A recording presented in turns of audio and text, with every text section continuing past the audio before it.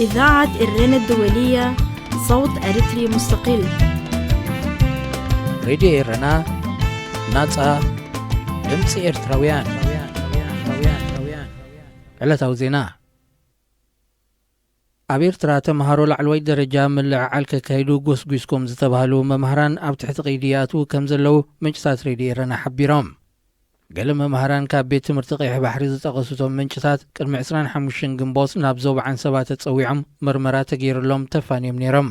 እንተኾነ ኣብዚ ቅንያት እዚ 6 መምህራን ትድለዩለኹም ተባሂሎም ናብ ከረን ከም ዝተወስዱ ተገሊጹ።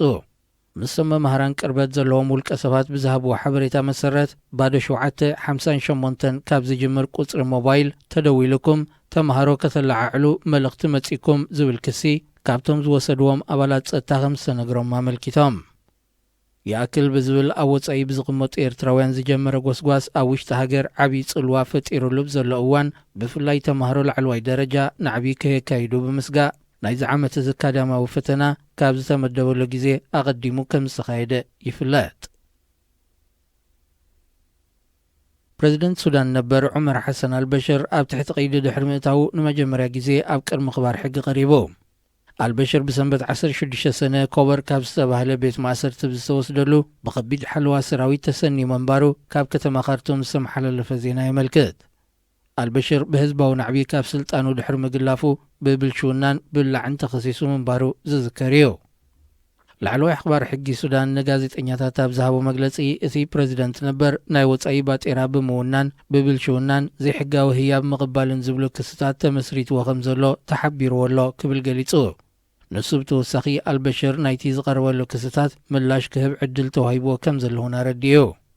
ንዓሰርተታት ዓመታት ብዲክታቶራዊ ስርዓት ንሱዳን ዝመርሐ አልበሽር ህዝባዊ ናዕቢ ዝተላዕለሉ ኣብ ልዕሊ ሰልፈኛታት መጥቃዕቲ ከካይድ ንሰራዊት ኣዚዙ ዝብል ክስታት እውን ከም ዘለዎ ዲፕሎማስያውያን ምንጭታት ይረድኡ።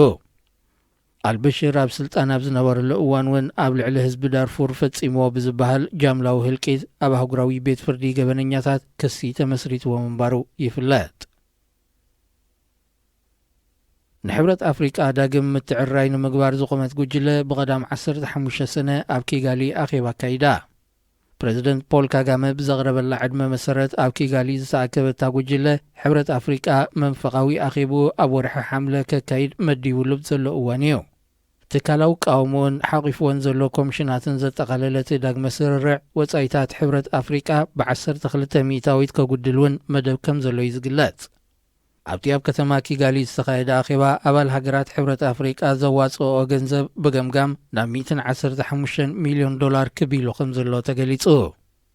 ሕብረት ኣፍሪቃ ሓድሽ ኣቃውማን ቅርጽን ኣብ ዝሕዘሉ እዋን ነቲ ንመላእ ሃገራት ኣፍሪቃ ዝሓቁፍ ናፃ ናይ ንግዲ ዞባ ንምዃም ወፂኡ ዘሎ መደብ ኣዝዩ ሓጋዚ ከም ዝኸውን ኣባላት ሽማግለ የረድኡ።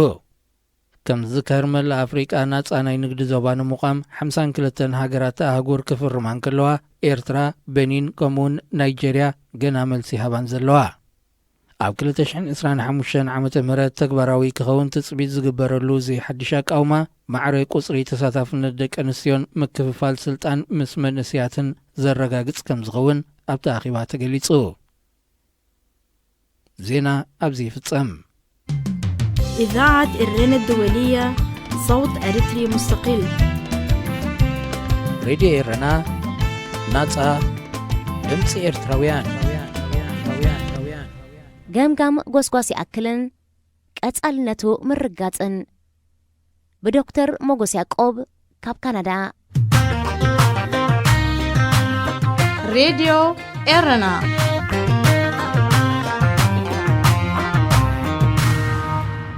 ድሕርቲ 30 ዓመት መሪር ገድሊ መስተንክራዊ ገድላዊ ህይወት ኣሕሊፍካ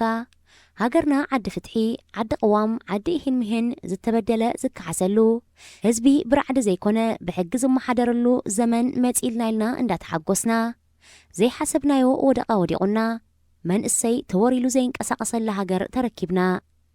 ስቃይ ጭቆና መግዛእቲ ክገጥኡ ብቕዓት ዘይብሎም ህዝብታት ንዑቓት ዜጋታት ተባሂልና ትዘሕዝን ፍጻሜ ናይ ዘመናት ኮይኑ ተሪፍና ከም ሳዕቤኑ ድማ ማሕበራዊ ቁጠባዊ ፖለቲካዊ ባህላዊ ቅልውላው ተፈጢሩ ብኸመይ ይሓዊ ሕንቅል ሕንቅሊተይ ኮይኑና ኣሎ። እቲ መሰረታዊ ጉዳይ ነፍሱ ወከፍ ዜጋ ነፍሱ ፈቲሹ ምስ ነፍሱ ተዓሪቑ ኣተሓሳስብኡ ክቕይር ነቲ ዘጋጥም ዘሎ ብድሆ ብብቕዓት ክገጥሞ ኣገዳሲ ኩነት እዩ። እቲ ሃብታም ኣፈታትሓ ፍልልያት ኤርትራዊ ውርሻ ብባይቱ ዓዲ ኣቢሉ ዝፍጸም ዝነበረ ኣብዚ ግዜ ግን ፍልልያት ኣተሓሳስባ ወይ ርእቶም ዘጋጥም ኣብ ክንዲ ብልዝብ ብጎነፅ ብምትህላኽን ብምልካዊ ኣገባብ ክትፈትሖ ምድላይ ሳዕሪሩ እንሆ። ስለ ዝኾነ ድማ ምስልይነት ወጊዲልና ተሓድሶ ክንገብረሎም ዘድልዩ ገለ ነጥብታት ክንጠቅስ ኢና። ክፉእ እናረኣኻ ስቕታ፣ ንጉጉይ ጌጋ ንቑኑዕ ቁኑዕ ዘይምባል፣ ንዘይተኣምነሉ ዘይምእዛዝ፣ በደልን ተንኰልን ኣብ ከባቢ እናተፈጸመ ዘይምቁጣዕ፣ ንዝኾነ ዘይቁኑዕ መትከል ምቕባልን ምእዛዝን፣ ምጽዋር ሞራላዊ ደረት ዘይምህላው፣ መንእሰያትና ኮታ ሃገር ብሃገር እንዳጠፍአ ጥፍኣት እቲ ውልቀ ሰብ ከም ጥፍኣት ሃገር ዘይምርኣይ። ኣብዚ ወሳኒ መድረኽ በፂሕና ስለ ዘለና ኣነ ንጉዳይ ሃገረይ ዘይተበገስኩ መን እሞ ክብገስ? ሎሚ እንተዘይኮይኑ መዓዝ ደኣ ክኸውን ዝብል ፃውዒት ሃገራዊ ቴማ እዩ እሞ ሎሚ መንእሰይ ግዲኡ ክገብር ይሕትት ኣሎ። እታ ትነብዕ ዓደ ስቃይ በዚሑ ኣይከኣልኩን ትብለና ኣላ። هذه إذاعة إرنا. ኣብ ዝሓለፈ 20 ሰነ 2018 ኣብታ ታሪኻዊት ዕለት መዓልታት ሰማዕታትና መራሒ ሃገር ኤርትራ ኢሳያስ ኣፈወርቂ ፃውዒት ኣብይ ኣሕመድ ተቐቢሉ ሕጋውን መሰረታውን መሰልና ኢሳያስን ጃንዱን ብስም ሰላም ዳግማይ ጎበጣ ኣውጆሙልና ኣለዉ። ነዚ ኣብ መንጎ ኤርትራን ኢትዮጵያን ዝግበር ዘሎ ስምምዓት በቲ ዲክታተርያዊ ስርዓት ኣስመራ ንህዝቢ ኤርትራ ይዕንዎ ስለ ዘሎ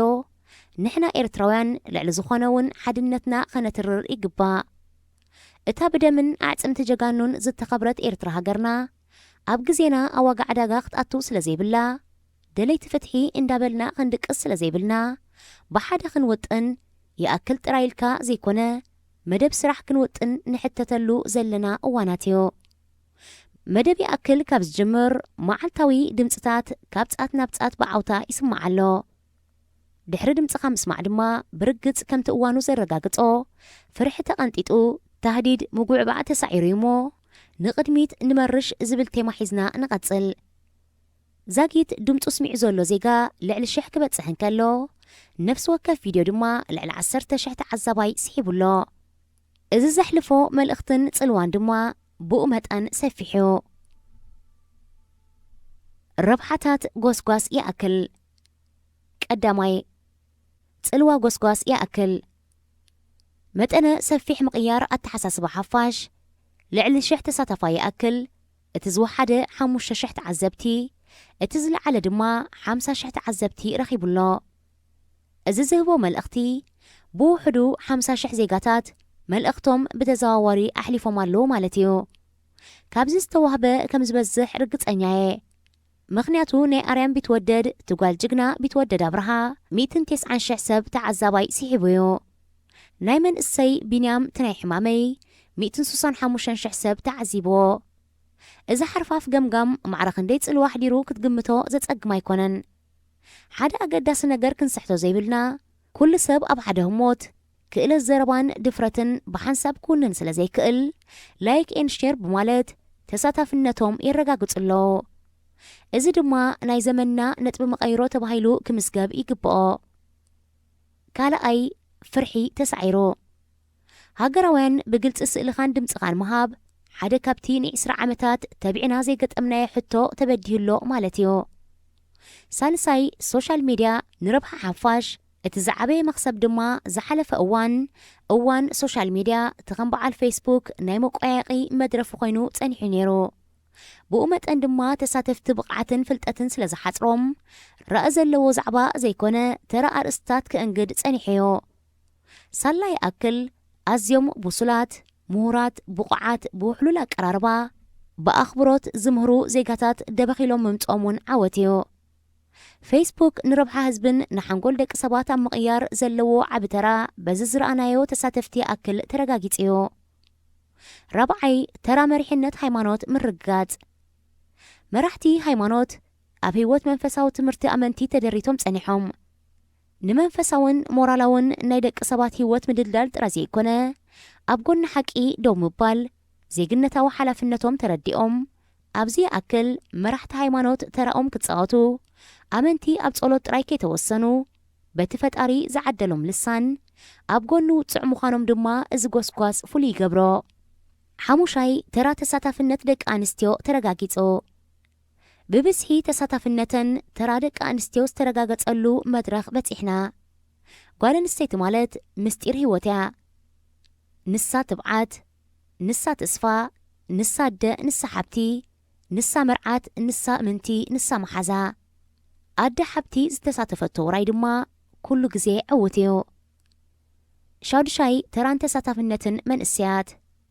መንእስያት መልእኽቶም ንጹር ልዕሊ ዝኾነ ኣካል ሕብረተሰብ ወፅዓ ዝርድኦም ንእስነቶም ዝተመንጠሉ ስቓይ ምድረ በዳ ዝሓለፉ እዮም። ኩሉ ጽንኩር ኩነታት ከይጃጀዎም ደጊም ተራና ኢሎም ማይክሮፎን ኣልዒሎም ይኣክል ኢሎም ናይ ለውጢ ቀየስቲ ኮይኖም መሪሕ ተራ ክጻወቱ ምኽኣሎም እቲ ኣዝዩ ኣገዳሲ ባእታዩ። ውልቀ ምልካዊ ስርዓት ሰንሰለት ወለዶታት ክበታትኹ ሰራም ውጥን ዘፍሸለሉ እዋን እዩ። ሻብዓይ ተራ ስነ ጥበባውያን ኣብ ዝመኸተ ስነ ጥበብ ከምቲ ስሙ ዘመልክቶ ትርክታ ልቢ ሰብ ዝትንክፍ ታሪኽ ዝምህር ንሓቂ ዋልተ ኮይኑ ጠጠው ዝብል ስነ ጥበባዊ እዩ። ስነ ጥበብ ከም መድሃኒት ኮይኑ ንሓንጎል ዘማእዝን ንሞራል ወዲ ሰብ ሓፋቢሉ ተስፋ ጽባሕ ዘንጽባርቕ እዩ። ኣብ ስደት ዝተወልዱ ኤርትራውያን ባህሎም እንዳምሃረ ኣብ ጉዳይ ሃገሮም ተሳተፍቲ ክገብር ዝኽእል ስነ ጥበባዊ እዩ። ስነ ጥበባውያን ነዚ ተረዲኦም ይኣክል ብምባሎም ዓብ ዝላ ናይዚ መድረኽ እዩ። ስነ ጥበባውያን በቲ ፈጣሪ ዝዓደሎም ጥዑም ድምፆምን ዜማታቶምን ኣብ ጎኒ ውፅዕ ምዃኖም ኣረጋጊጾም እዮም። ሻሙናይ ተራ ማሕበራዊ ድሕረ ገጽ ኣብ ገጻት ፌስቡክ ፕሮፓጋንዳ ህግደፍ ዝወሓደሉ እቶም የውሃት ደገፍቲ ስርዓት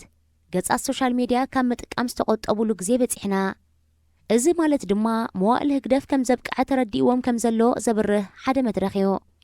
ምክንያቱ ሓሶት እንተተደጋገመ ንዘለኣለም ሓቂ ክመስል ስለ ዘይክእል ገለ ደገፍቲ ስርዓት ህግደፍ ብግልፂ ንደለይቲ ፍትሒ የቕሬታ ምሕታቶም ኣዝዩ ባሂብለካ። እዚ ድማ ውፅኢት ናይ ዝጎስጓስ ይኣክል ምዃኑ ሓደ ካብ ትዕውት ስራሕ ተቓለስቲ ፍትሒ እዩ። ትሕዝቶ ጻውዒት እቲ ጻውዒት ጠለብ ህዝቢ ዘረጋግፂ ነይሩ። ትሕዝቶ ድማ ኣብ ክልተ ይምቀል። ቀዳማይ ወገን ጽገናዊ ለውጢ ዝጠልብ ኣካል ይመስል፣ እቲ ዝተጠልበ ድማ ስርዓት ህግደፍ እሱራት ክፍትሑ ቅዋም ክትግበር ሃገራዊ ኣገልግሎት ጠጠው ክብል ዝብሉ ጠልባት ጎሊሖም ተራእዮም። እቲ ካልኣይ ወገን መሰረታዊ ለውጢ ዝጠልብ ማለት ደጊም ህግደፍ ኣብቂዑ ስለ ዝኾነ ሕጂ ስልጣን ንህዝቢ ክረክብ ቅዋምና እነተግብሮ ባዕልና ዶብና ንሕንፅፅ ባዕልና እሱራትና እንፈትሕ ባዕልና ዝብል ማዕበላዊ ናይ ህዝቢ ተበግሶ ዝተጋህደሉ መድረኽ እዩ። ስለዚ ነዚ ተበጋጊሱ ዘሎ ዓብ ህዝባዊ ጠለብ ዝግባእ ትካላዊ ኣተሓሕዛን ኣሰራርሓን ክህልዎ ቅርፂ ክሕዝ ኣገዳሲ እዩ። ካብ ህዝቢ ንህዝቢ ዝሰረቱ ትካላዊ ኣሰራርሓ ኣገዳስን መተካእታ ዘይብሉን ከም ምዃኑ መጠን ነዚ ንምትግባር ድማ እቶም ምምሕዳራዊ ወይ ትካላዊ ኣሰራርሓ ኣምር ዘለዎም ኣካላት ሕብረተሰብ ክሳተፍዎ ወይ ክመርሕዎ ኣገዳሲ እዩ። ሓደ ለውጢ ክመጽእ እንከሎ ግቡእ ምድላዋት እንተዘይተገይርዎ ሓደገኛ ክኸውን ይኽእል እዩ። ንለውጢ ዝቃወሙ ኣካላት ክህልው ግድን እዩ። ምክንያቱ በቲ ለውጢ ረብሓታቶም ዝትንከፍ ኣካላት ስለ ዝህልው ክቃወምዎ ባህርያዊ እዩ። ከምኡውን ገለ ወገናት እቲ ለውጢ ኣዕናዊ ከይከውን ይፈርሑ፣ ከም ውፅኢቱ ከዓ ደገፎም ክነፍጉ ይረኣዩ። ሬድዮ ኤረና ሬድዮ ኤረና ካብ ከተማ ፓሪስ ዝመሓላለፍ ብኤርትራውያን ጋዜጠኛታት ዝዳሎ ነፃ ሬድዮ እዩ።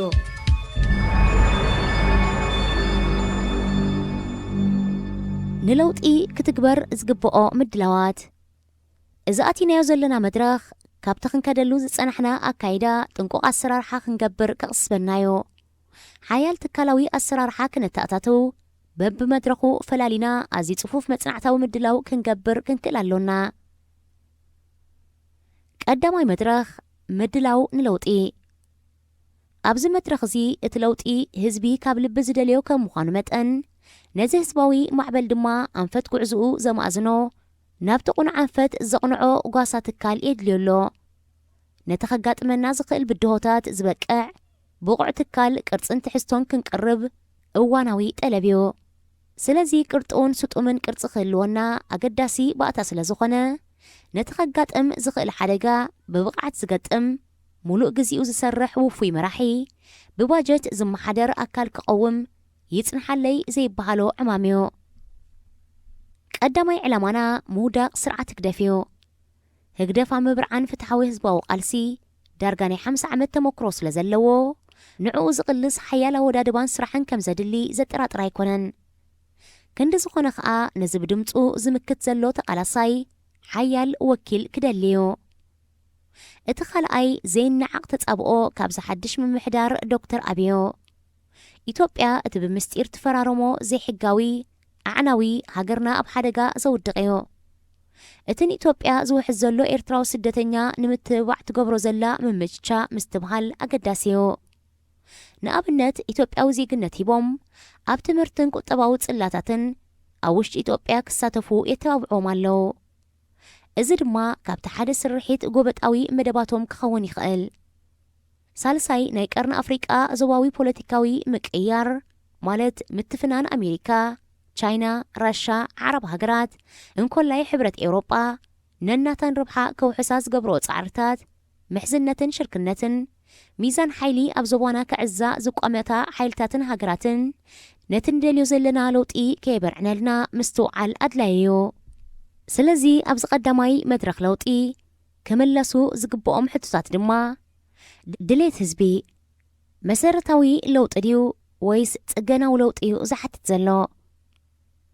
اتسعبيناتوخ انتاي كخون يخقل بحافشا سبقاوي مورالاوي جنزباوي ربحاتاتو كسراتاتون كميك مصلي يخقلو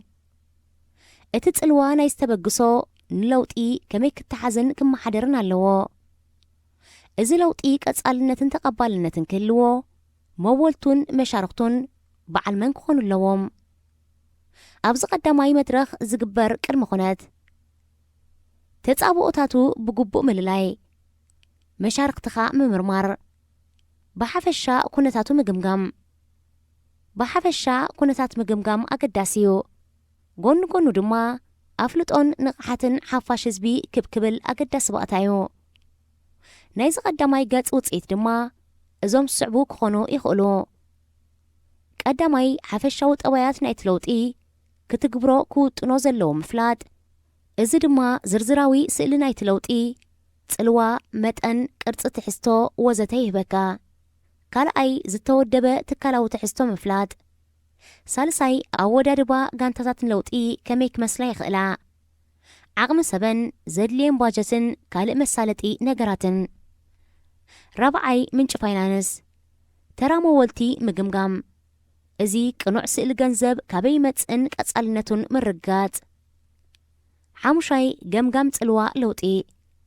ካብቲ ለውጢ ዘይረብሕ ኣካል ተሎ ንኽወርድ ዝኽእል ሓደጋ ምክልኻል ይከኣል ሻድሻይ ነቲ ዘድሊ ዘሎ ለውጢ ምምሕዳራዊ ስትራቴጂያዊ ቅርጽን መልክዑን ትሕዝትኡን ብዝተጸንዐ መልክዑ ይተሓዝ ካልኣይ መድረኽ ምምሕዳር መደባት ለውጢ ቀዳማይ መደብ ህዝባዊ ርክባት ንዝኾነ ስራሕ ሓበሬታ ምሃብ ኣገዳሲ ብቕታዩ ግን ድማ ከምቲ ኣገዳስነቱ ይተሓዝ ካልኣይ ቀጻልነቱ ክረጋገጽ ኣብ ዝሓፀረ ግዜ ከድምዕ እንተኾይኑ ገንዘብ የድሊ ነዚ ድማ ፍሉይ ዝኾነ ንድፊ ክግበረሉ ኣለዎ ሳልሳይ ነቲ ዝተመደበ ስራሕ ንምድንፋዕ ስልጠና ዓቕሚ ሰብ ይሓትት መቸም መንእሰይ ተስፋ ሃገር ከም ምዃኑ መጠን ስልጠና ድማ ኣብ መንእሰያት ከተኩር ኣለዎ ስለዚ እቲ መደብ ምምዕባል ዓቕሚ መንእሰያትና ኣካዳምያዊ ሞያ ክህልዎም ታሪኾምን ባህሎምን ከይስሕቱ ኣንፈቶም ኣቕኒዖም ንሕና ብስደት ዘለና ምዃንና ኣይዘንጋዕናዮን ጥራይ ዘይኮነ እቲ ዝምስረት ትካል ከም መደብ ዕዮ ክሕዞ ኣለዎ ራብዓይ መደብ ስልጠና ኣብ ስደት ክስራሕ ንሓስቦ ትካል ንመንእሰያት ክንምልመል ስለዚ ሰሚናር ምግባር ጥራይ ዘይኮነ ኣብ መዓልታዊ ህይወት መንእሰያት ዝመኽሮምን ግዜ ሂቡ ሓሳባቶም ዝሰማዕ ኣካል የድልዮም እዩ ብዝተኻእለ መጠን حقاف حسابات ناي مترناف بقعت زلو مرحي يدلي حموشاي مدب عيون لوطي زبدح حيلي لوطي كل جزي أسكايو اتنصح لنا زلو لوط عنا وخيكون يفرح نأبنت لوط ليبيا مسكريو اتبلت أنيا دما أب كم زبلة ناي عقرقر سرعات تربحايو نزي دما بقبو تتصانيعو باجت تسلعلو مدلاوات انت زي تغيرلو حدا غنيايو ود سب أب هيوتو أب استفلالي زباناي نابرايو زساقاقر اسو دما قداماي ناي موچو زباك خون كالو قال أي درجة مسقار دما ناي فرح زباي بحل سالساي دما نام ممهار زباي حلف اترابعي دما ناب عبيت زباي بتصح أب كال أقات أمي إذا زعبا بسفحو كتصحافيو راديو إيرنا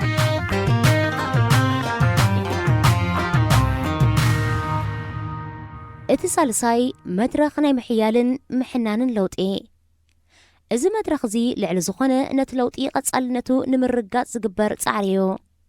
أبز مدرخ زيادة حبريتا عند أكبكا قبو ميزان زقبرلو مدرخيو متأن جزي جنزب عقم سب كتقمقم يبقى عنا نقصالنت تقوار مدب دما مرقاقتي بايتايو أبز مدرخ زي زقبر سراح قداماي نستقبرو من محياشن تقباري معقابن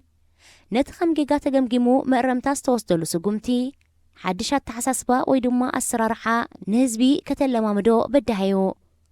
دارقا بزوح عنوتي بهالتاتن من محدارن كابول في نابول في أبكن دبستم حيشة أقبابو بزخف ملكعو اندات ورارسة إساقاقرالو حدا أقبابو يحقن سرعة كتأتاتون كالو عمت المقعتاتن زلمد حبرة السب حق مئزاز كتلما مدو يخبر اتحما أبهالي إقدافاوين كيسعرر نتكالاوي السرارحة مسمرنا كيسحتنا كنقمقم تراي زيكونا نابز ملكتو أكال تسبت كحلف زقبو أم الرمتا خقبرلو مستقوار مدب كسانة زغل سقوم تخلو يقبا كال أي أبسرح زقات أموغيكا زقرملو مدرخيو أب تقوار مدب فولي أبركتو زقبرو أولات كاب تكالات متابع الشلمات زوهابلو مدرخي خون أب إيرتراوي بهالي مسقانا مسكر شلمات لمودا يكونن قندما كانت تأتاتولونا سالساي معك أن لوطي أبسنا مقبار لوطي أبايتا مالت أبز زمن زي إنا يتحساسبانا لوط مالتيو كلنا إيرتراوان أبسدت أب نقراوي من نوابرونا أبسرحنا وفيات كابتوم معرابوان العلي تسابل الزبلنان بلوتساتنينا أزول قوي باريناغن نيرتراو محبر السب كان نتبارقو أي كألنان رابعي متنبال عوات أب نتنبل الأوان مستنبل كمسغانون كذكرون زقبقهم والكسبات يخونو تكالات أبركتهم تمزجبو بتسبت أب ملكع كقرب يقبا نزون كم مدب أب مجمريو نزنا جرز حجزو إزخن جبر اللومينا كبهالالو إذاعة إيرنا الدولية صوت أريتري مستقل راديو إيرنا ناتا دمسي إرتراويان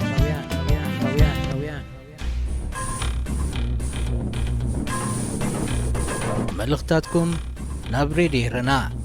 أبز مدب زي كاباكم كاب سمعتنا نزمتو رئيتو نقفيتا ما أرمتان كال انزقربلو مدبيو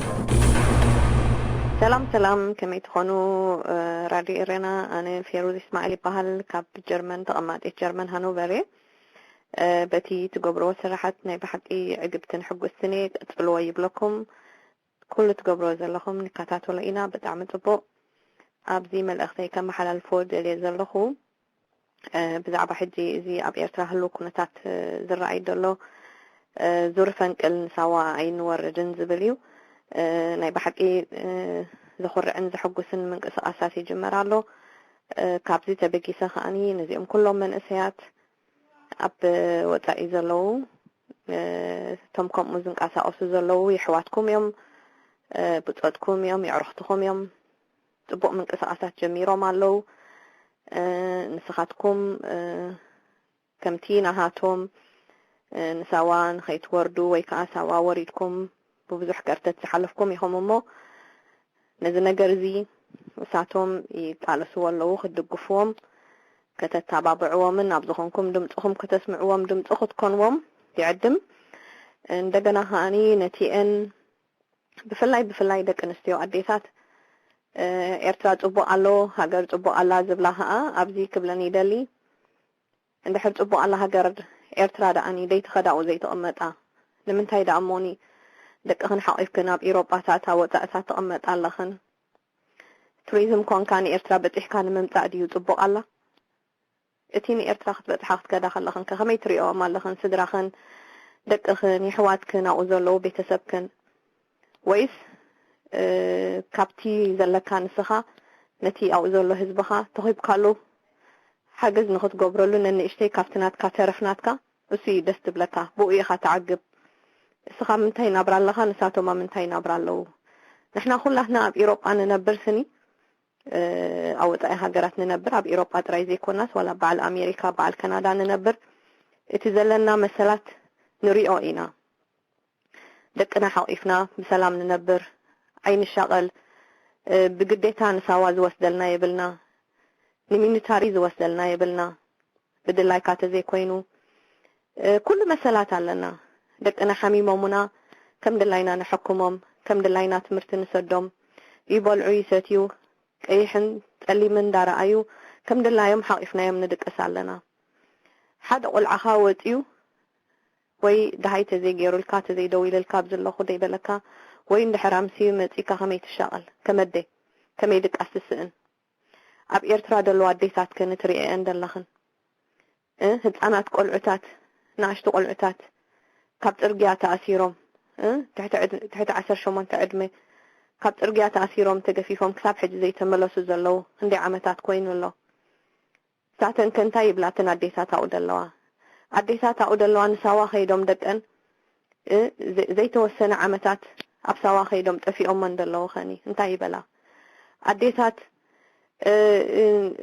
ፈቐድኡ ንምድረ በዳ ንሳሕራ ኣብ ባሕሪ ጠሊቖም ሬሶኦም ዘይረኸብ ኣዴታት ከንታይ ይበላ ንሕና ከዴታት እንዲና ከምቶም ወሊድናዮም ደለና ደቅና ከምኣቶም እባ ንርኣዮም ከኣንሳተን ከማን ኣዴታት እኳ እየን ደቀን ሲኢነን ደለዋ ከመይ ጌርና ኢና እሞ ህዝብና ጽቡቕ ኣሎ ኤርትራ ጽቡቕ ኣላ ንብል ከመይ ጌርና ኢና እሞኒ ኣብኡ ደሎ ስድራና ቤተሰብና ጽቡቕ ኣለዉ ንብል ኣብ ጽቡቕ እኳ ደይተቐራረበ ተባራበራ እየ ዝብለክን ብፍላይ ኣዴታት ኤርትራውያን ነዚ መንግስቲ እዚ ትድግፋ ነዚ ስርዓት እዚ ትድግፋ ትግደፍ ትድግፋ ኣዴታት ተባራበራ ኣማዛዝንኦ ንስኻትክን ከመይ ትነብራ ኣለኽን ኣብ ኤርትራ ዘለዋ ቤተሰብክን ይሕዋትክን ከመይ ይነብራ ኣለዋ ደቅኽን ሓቒፍክን ኣማሙቕ ኣለኽን ጽቡቕ ኣሎ ከዓ ትብላ ኣለኽን ከመይ ደኣ ንስኻትክን ከድክን ዳብኡ ዘይትነብራ ተባራበራ ግዜ ኣኺሉ እየ ድብለክን ነዚኦም ኣብ ኤርትራ ዙም ፈንቅል ኢሎም ጀሚሮሞ ዘለዉ ቃልሲ ከዓ ኣጆኹም ይብሎም ኣጆኹም ንሕና ምሳኹም ኣለና ኣዴታት ኤርትራውያን ኣብ ደገ ዘለና ምሳኹም ኣለና ኣጆኹም በርትዑ ቀጽልዎ ተቃልሲ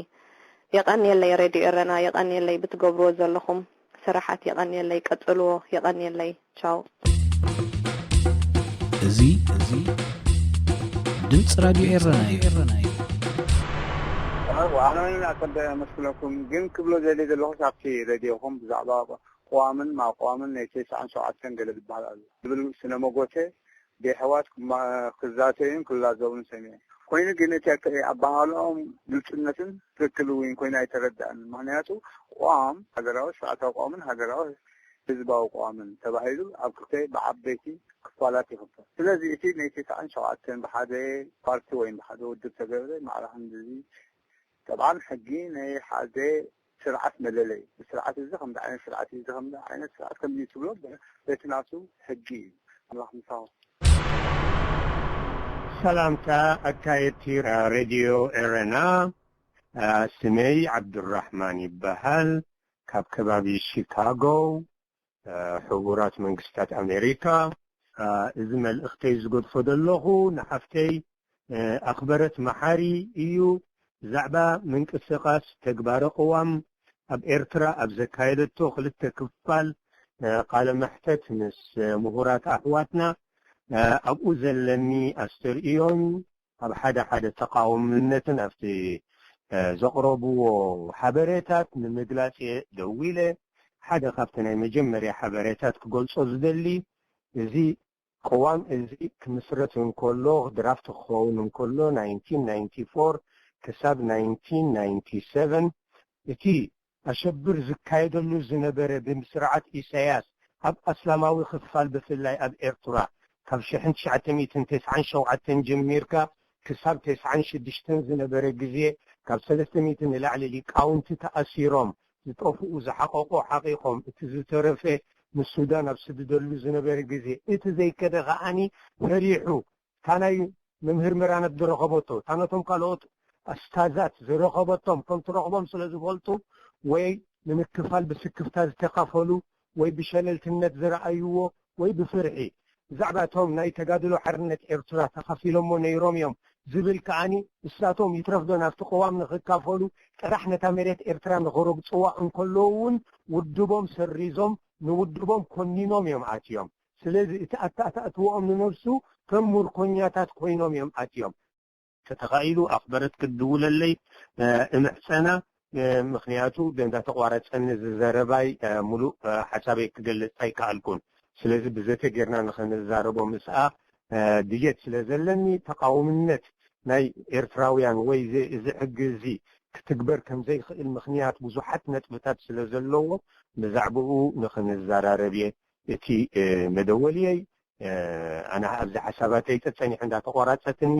ክገልጽ ኣይከኣልኩን ግን ብምምንያት كنزاربو نخيلنا بملؤ تدسورو تقفالنت هم أزبلتو بزعبا نايتهم ناي جبهة ونيرهم انتبلت ولا سلستو انتقافيلهم تقونوا بملؤ لبعنهم كم دي تخافلون فلتينا يقول البري سلستي أميتين حمسان ولا حنتي أبدنسي ميزان كم دي بولهم نفلتينا كالعي كاني دكتور برخت كاني دقاقي مخم زبولو كاني أقل بداي نسوا في تزميت كجبر يدلي بزعبة هجروا قانقوا زي مقبرة إرترا جن ناي مسرح قانقوا تبايلو تجرينيات قبل النوتون أو زر أيو كلا أي بزعبة مريت بملؤه ناي تحت مريت ناي لعل مريت زلوا ملك ناي هزبي خلق الله يدبل حجر صحف كلوس انت يزي خفت ناي بحرين كفتب ناي بحرياون هجراون بحلاون حجد وصدوه إذا نقوم نخد صحف نتو بملؤه ناي كبسان ناي متاحتن زنبر حجتات سيروم يمكم وغيرهم ونز حج زغط فرغلو الو رادي إيرنا نبرهات إن بحال كاب جرمن تتقبروا كله خمسكناكم يدلي بطعم تطبق صراحهم تسرحوا جين زسقعني زناي فنك الكفلون من تعيو بمستقر زي اتحاد بحالي كأنا حجسيكم متلكا أقاريسكا بفيسبوكن بيوتيوبن دحرا أقاريسكا إساياس تدالو مالتو حدث قمت خوصد قمت خيوصد فرحات العيلم إيخم زبلكم يا أنا لي تشاو مرحبا ريدي رنا أنا تدرس بهالاب تبينجانيز غمات كما لكم أنا بتعمي دحقس زيناكم كن أقراربكم كن قتلوا بتعم حقوسي يغني اللي زي دمت راديو إيراناي سلام مرشخ الأجدي بوعي كاب جرمن أبدأ خان تحفنا تحرق الله شميوين ينقرني لا بعدت أمطلي ينقرني لكن أبدأ شمكي تغيسكيان يركي جن إذا فراي راديو سلازغاني أبدأ خم حفتغي عبايت بيتي تكندقن دحن صحيح ما يكون أنكن حفتي تولكن ده حشيو أبدأ متص مساطينا ونطعم جن دحن تأرجان كعس بزيد اللي يحتاجكم نقدر من جدي أبدي دلاي سب كزارب مسؤوليو سياس أفور بأفنى حيز الناس نسخة بأفنى حيز الناس دلاي يزارب قد فيه رؤيت ما لسه مسؤوليو رؤيته خزارب تزارب يا الله سقورب وكم أي تقبل كوت أي تحزن لي أمسكين كني جن دلاي يوم كزارب يحواتنا مسألها بيوم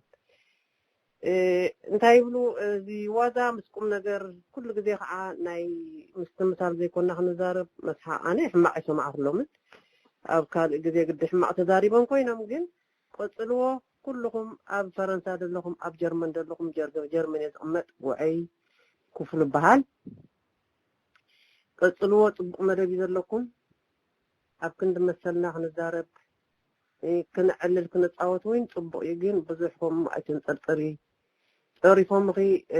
اتحسر كحسرك تخبر كعاك خبرك أنا قاع نقول مول بيترا يخبر إيه ولا دقاف يكون ولا تقاوم يكون سب مسولو خدلجن كعلل كتعاوت كعا أي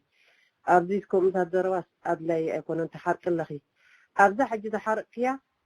تابتعنا خي بزح نقر قولي لكله نمنتاي أبدا حرقنا يو أبتعنا أنا بزح قدأت كم ذي فترة لنا نفلت علينا أي تحرقي بحرقان بفتحنا قريلنا بزي قد تتعرفوا قد فيهم طللتي لهم طللتي تغوني نخي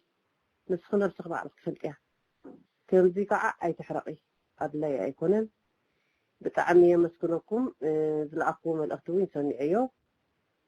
يا كل نفس وكف إرتراويت أدي إرتراويت كعا كم نحنا نزاربو زلنا شمكن تقومت على عدي هيبكن كتزاربا أبكن دعدغن كتقويا أبكن دهزبغن أبكن دمسلكن كتزاربا كعا يمحصنكن أفكن كفتا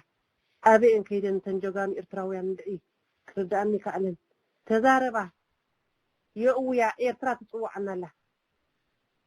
كاب قعي كفلو كاب جرمن كباب فرانكفورتي رودي إرينا أجوهم أبقون لهم لنا زنفواتي بالتعمي دس بالمدباتهم تقربوا أقات أم دحر حرق دي يتحفلكم يقل كومنت كل قدي يتحفلكم يقلوا رأيو قعي كفل زبل كاونتناتي معالتاو بزمت أني يتحفلكم أجوهم ببلكم حجوين بقال أجوهم دحان ما دسي كألونا عندنا دكانستيهم رم دينا نبل كألونا يغني لي تاو قدامنا كبل زولنا إيتا وزيجا أصلاً مستانا يودغل لك بس حدا إيجن حدا لبن زخون كهزبي قريتا أن اشتغل كهبات ذلي حانتي بولادي تسمع النقر سخاء أتو إكالو تبعد سموز خبرو أو عدن جلس سريدو لا تفتز ذلو وقاب مسرطو إيتاو زيجا يو انتقوناقن زقات أول شقر حادي عند برهان ود عبد الله تبالي حلافي معوركم إيتاو أبورت سودان ذركب محاصوت أبسطة سودان أقد كيتوو والعانة الوقت كانت ما هتيجي تقبلوا وثيو بهذا ذيقين نسمرو سعيتو بأورا جاونا تقون بهايمانوت زي تفتفو ذلو أعمو زي كون إيو أي كفلتون إيو ما سيتي سلدورة ديو كم تبي حجيز بلوو نقول عبسي بعلاك تمثل تنتي حموت تتلمو لك عنون نعوية زلقم الذي أنتم دولتكم بهين لكو كابناتي يدعمكم نحوغان نسنتي أيلو يتتقم حزبنا بل حزبنا ولي أما سلومين شقر يقبرالو كم تحادي قد أما يزبولو إلي تراوي تمانيا إلي تراوي بينيو نذي مصر نكب أفناشانيو وبلي انتهى بهالاي إلي تراوي نقول بالحي نحادين ريساوي اليومو تقراواي نحاد حماق يساوي تقراواي تمنيت إيساوس زمين أخلبو زي دمس راديو إيراناي مسكانا بمسكانا مسنهبكم كوينو جن بزعب أقوام الزارة قلو حاجراوي شلاطة أقوام حاجراوي إذا أقوام تطلع لي أبرح بزعب أقوام كتزارة كلها نتس أقوام نتس العتيد إسكو تليفون دولة اللي دخونا هون إذاعة إيران الدولية صوت أريتري مستقل راديو إيرانا ناصا دمس إيرتراويان